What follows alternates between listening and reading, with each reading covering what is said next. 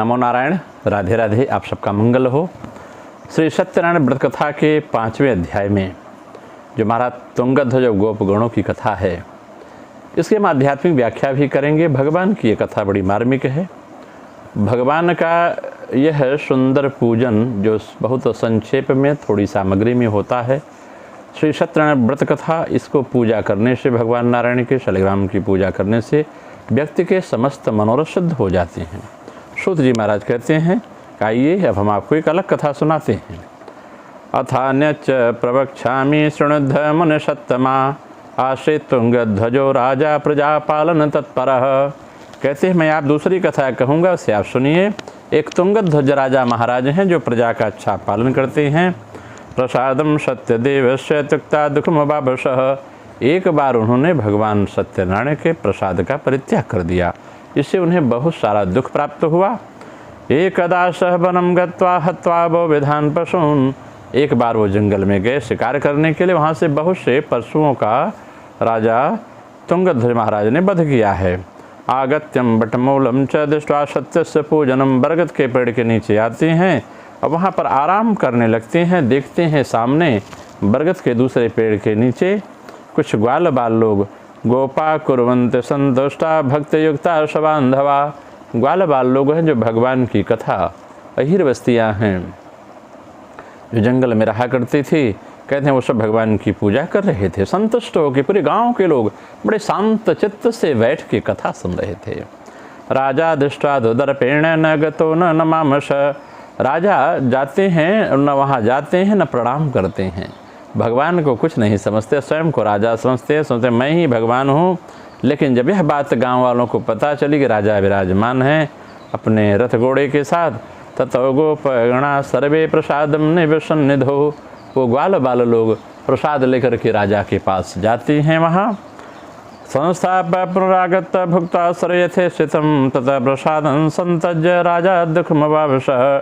और राजा करते क्या हैं, जो भक्तिपूर्वक जो लेके आए थे वहाँ पर लेके प्रसाद जाते हैं, लेकिन उन्होंने प्रसाद को ग्रहण नहीं किया है और धीरे धीरे जब प्रसाद का त्याग कर दिया है, राजा को बहुत कष्ट हुआ प्रसाद त्याग करने के कारण।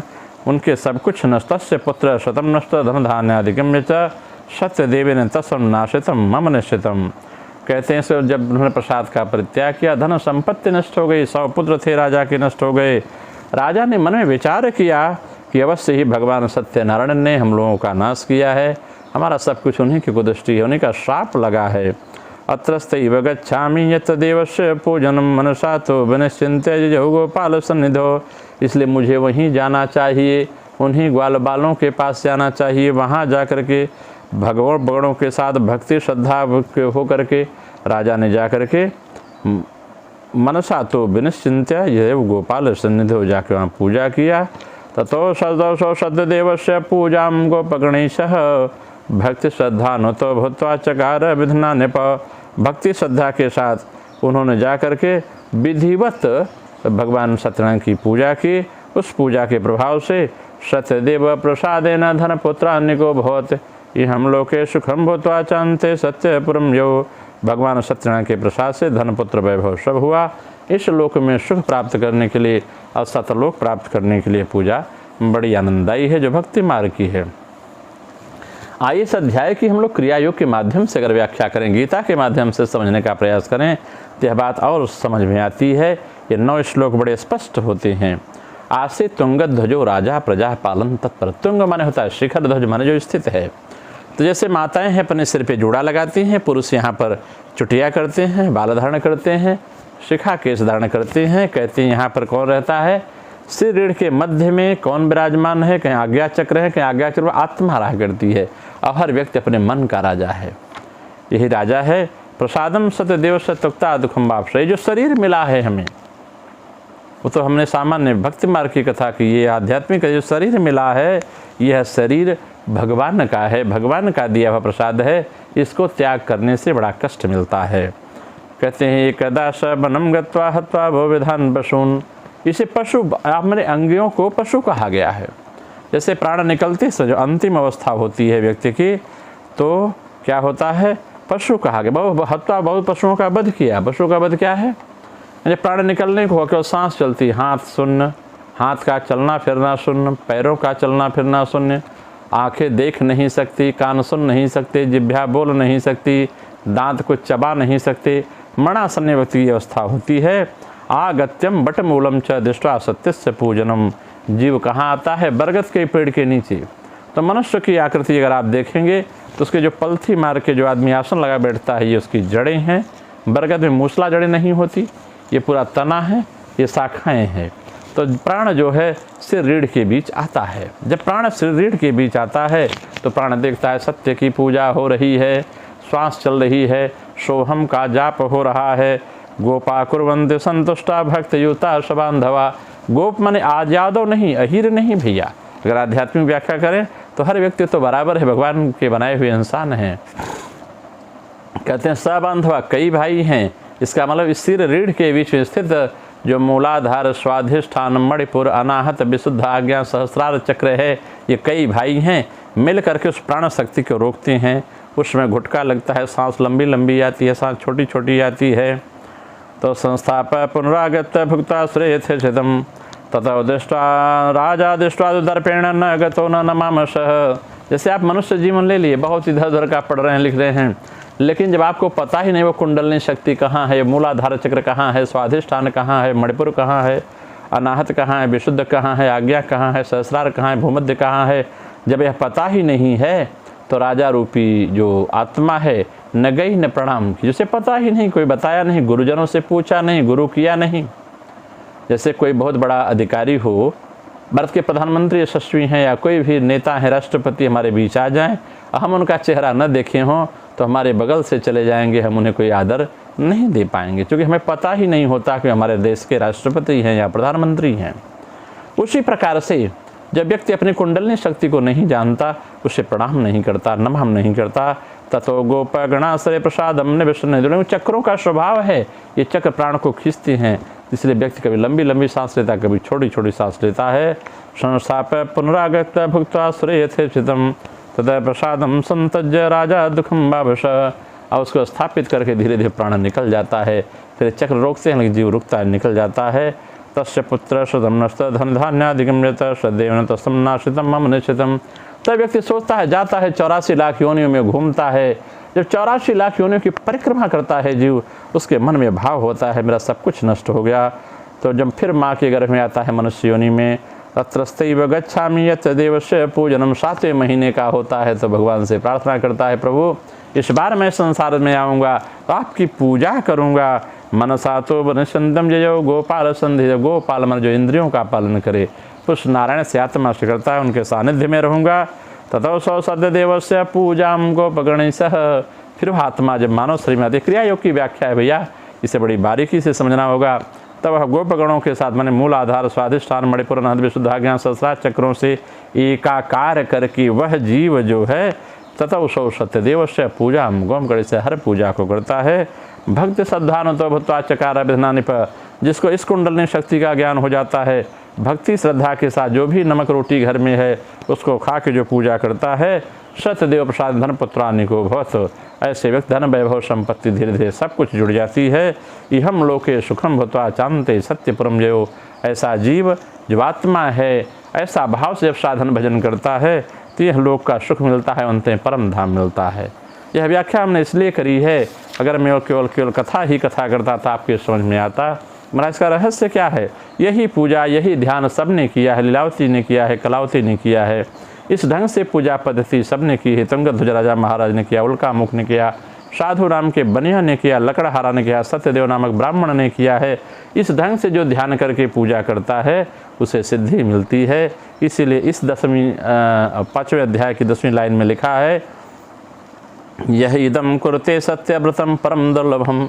बताइए भैया, परम दुर्लभ लिखा है, दुर्लभ नहीं लिखा, परम दुर्लभम। परम दुर्लभ है क्यों? कि लोग केवल हाथ जोड़ के बाह्य पूजा करते हैं, अंतर पूजा नहीं करते।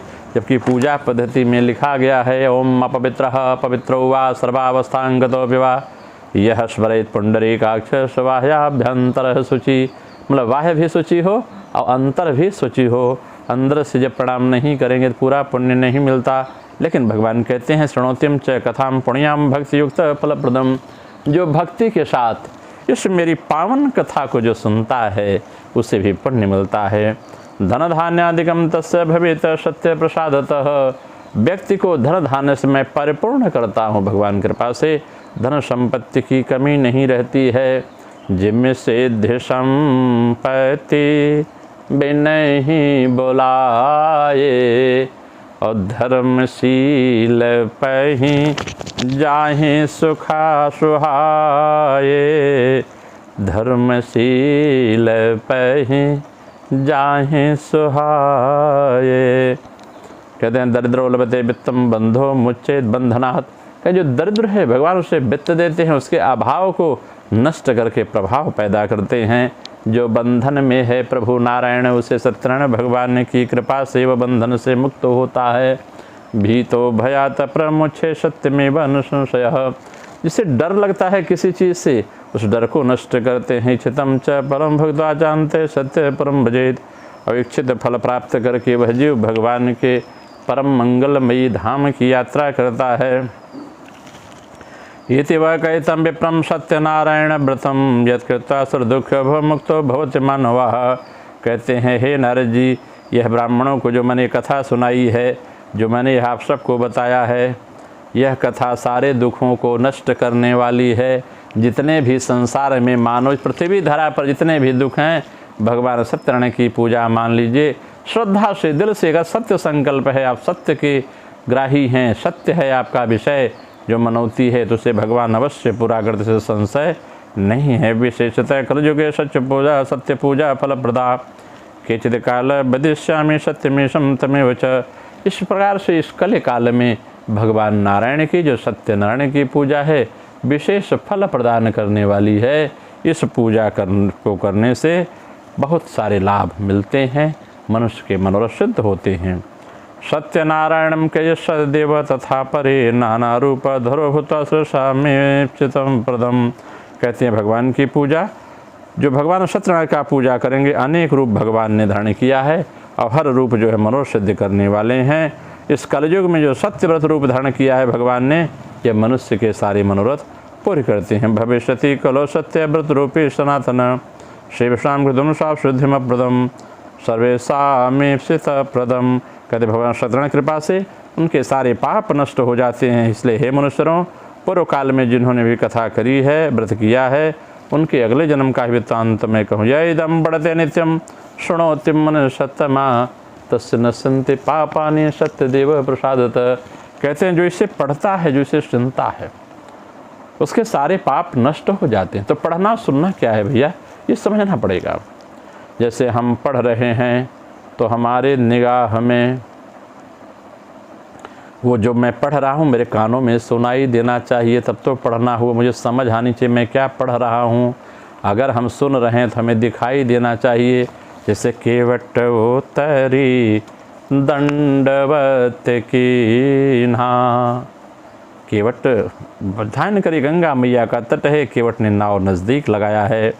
अब प्रभु श्री राम आगे उतरे हैं, पहले लखन जी उतरे हैं, सिया जी उतरे हैं, प्रभु श्री राम जी उतरे हैं, उतर करके खड़े हुए हैं। भगवान ने प्रणाम, भगवान को देखकर केवट ने प्रणाम किया है। सिया राम गुह लखन समेता प्रणाम किया है। ऐसा भाव, जब कथा सुनो कथा दिखाई दे, और जब कथा बोले तो आपके कानों में कथा सुनाई दे। यह है पढ़ने सुनने का महत्व। व्रतम में स्त्रीकृतम सत्यनारायणश्च तेषां तत्पर जन्मानि कथयामि मुनीश्वरा। कहते हैं हे मुनीश्वरों, अब आप सुनिए, जिन्होंने व्रत किया जन्म जन्मांतर में उनके पुण्य प्रकट हुए और धीरे धीरे आगे बढ़े और मोक्ष को प्राप्त हुए। इस संसार के समस्त सुखों को प्राप्त किया उसने, और अंत में भगवान के परम धाम को प्राप्त किया है।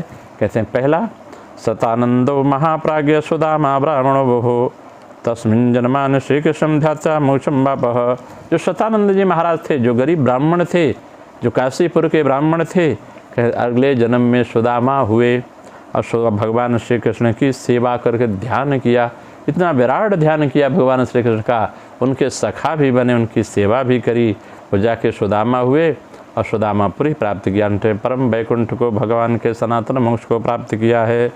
काष्ठ भारो बहो भिल्लो गुहराजो बभुवः तस्मिन् जन्मान श्री राम सेव्यम मोक्षम जगाम हुए। और जो लकड़हारा था, लकड़ी बेचने वाला जो आदिवासी कोल भील था, वो गुहराज हुआ, जो श्रृंगवेरपुर प्रयाग में है, प्रयागराज में। श्रृंगपेरपुर के निवासी राजा हुए गुह के रूप में उन्हें भगवान की सेवा की, भगवान को पार कराया है। गुह ने भगवान के सेज को पत्तों से अपने हाथों से लगाया। भगवान का परम सखा गुहराज निषाद राज महाराज हुए और निषाद राज महाराज ने भगवान की सेवा करके श्री रामचंद्र जी की सेवा करे साकेत धाम को प्राप्त किया है निषाद राज ने। उल्का मुखो महाराजो नृपो दशरथो भूत श्री रंगनाथम शंभुजम श्री बैकुंठम तदागमत। अब उल्का मुख महाराज स्वयं राजा दशरथ हुए। महाराज जिसके यहाँ पुत्र होता है उसे कितनी प्रसन्नता हुई है। और यहाँ पर श्री रंगनाथ जी प्रकट हुए, श्री रंगनाथ जी की पूजा किया है और पूजा करके दशरथ जी बैकुंठ को पधारे हैं। तो दशरथ पुत्र जन्म शून्य काना मानव ब्रह्मा नंद समाना। दशरथ जी अपने घर में पुत्र का प्रकटीकरण सुन करके ब्रह्मानंद की अनुभूति चुके। उन्हें जब श्रृंगी ऋषि के द्वारा पुत्रेष्ठ यज्ञ हुई, महाराज वशिष्ठ ने कहा कि धरहु धीर होई हैं सुतचारी त्रिभुवन विदित भगत भयहारी। त्रिलोक में विख्यात होंगे, भक्तों का अभय करने वाले होंगे, भक्तों का भय हरने वाले होंगे। यह बात नृपश्रेष्ठ महाराज दशरथ को याद थी, इसलिए वे बैकुंठ में गए भगवान की पूजा करके। कहते हैं आगे, धार्मिक सत्य संजय साधु मुरध्वज भदे हृदय चित्ता मोक्षम बापन। कहते जो तुंगध्वज राजा महाराज हुआ, मुरध्वज नाम के राजा हुए, अपने पुत्र को आरे से चीरा है। उसमें भगवान कृष्ण ब्राह्मण भेष में थे और राजा अर्जुन जो है सिंह भेष में विराजमान थे। आरे से चीर करके आधी शरीर अपने पुत्र को चीरा है। भगवान के सिंह को दे दिया दाहिना भाग, बाम भाग से आंसू गिर गए। अब भगवान ने प्रश्न रखा, आंसू गिरेंगे तो मेरा सिंह नहीं खाएगा। जब से आंसू गिरा तो भोग नहीं लगाता। उन्होंने कहा महाराज क्यों कहें आंसू गिरा? आंसू ने बोला आधे शरीर ने, प्रभु इसलिए कि अब आंसू आ गए, लगता है दाहिना शरीर अच्छा था, बायां अभागा है, भगवान के प्रसाद के योग्य नहीं हुआ। अंत में मुरध्वज राजा को भगवान ने कहा जाओ देखो तुम्हारा पुत्र बैठा है दूसरे कक्ष में, बालक भगवान का ध्यान कर रहा था। इस प्रकार सेवा करके साधु मुरध्वज नाम बनिया जो है, मुरध्वज नाम से साधु नाम का बनिया हुआ और भगवान के परम बैकुंठ को प्राप्त किया। तुंगध्वजो महाराज शंभुर भूतकिल सर्वान् भागवतान् गत्वा श्री बैकुंठम तदागमत।